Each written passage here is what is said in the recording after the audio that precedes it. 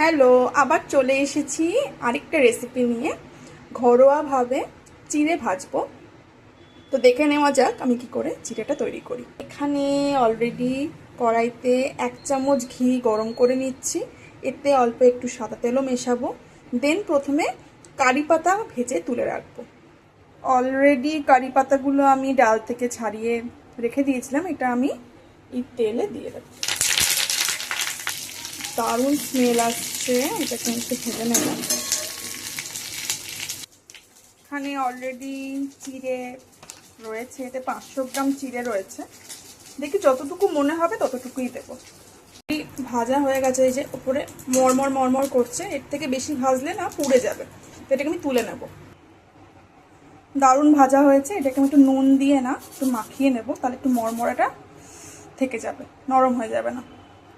আর আমি এতে দিয়ে দেবো, এইটুকু তেলের মধ্যে দিয়ে দেবো বাদাম। তো আমার কাছে লাল খোসা সমেত বাদাম নেই, ওটা হলে খুব ভালো লাগতো। আমার কাছে সাদা বাদামই আছে, ওটাই দেবো, দিয়ে একটু ভেজে নেব। তো আমার কাছে এরকমই ভাঙা বাদাম ছিল, দিয়ে ভেঙে দেবো। মোটামুটি আমি 500 গ্রাম চিড়ে ইউজ করবো না, একটা আন্দাজ মতো আর কি বাদাম দিয়েছি।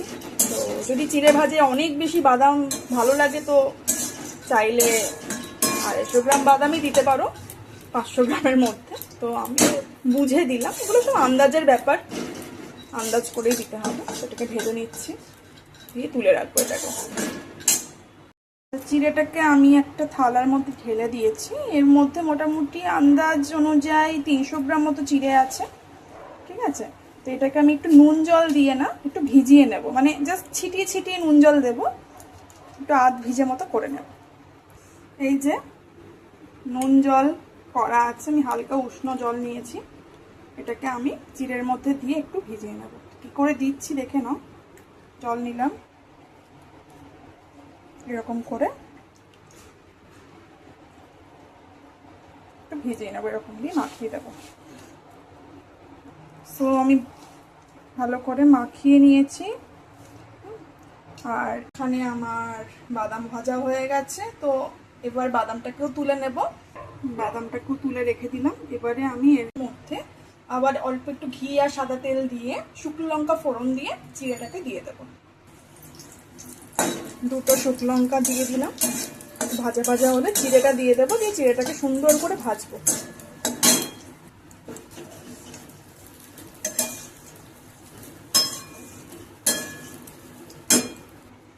সুন্দর রং আনার জন্য এতে আমি একটু কাশ্মীরি লাল মির্চ দিয়েছি, এটা অপশনাল।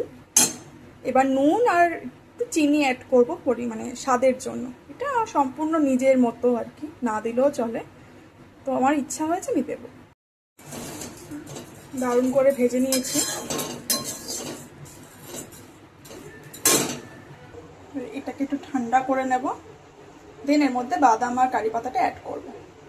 হালকা ঠান্ডা হয়ে এসেছে, এর মধ্যে আমি বাদাম আর কারি পাতাটা দিয়ে দিলাম। আর দেবো একটুখানি স্বাদ অনুযায়ী বিট নুন। চাইলে এর মধ্যে চাট মশলা দেওয়া যায়, ঝুরি ভাজা দেওয়া যায়, আমি কিছুই দেবো না, সিম্পলে রাখবো। পুরো ব্যাপারটা রেডি হয়ে গেছে। This is the final look. আমি একটু খেয়ে দেখি কেমন লাগে, ঠিক আছে। তোমরা আওয়াজটা আশা করি শুনতে পাবে।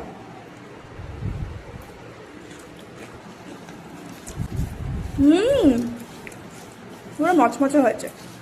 এটাকে একটু ঠান্ডা করে দেন আমি এয়ারটাইট কন্টেনারে ঢুকিয়ে রাখবো।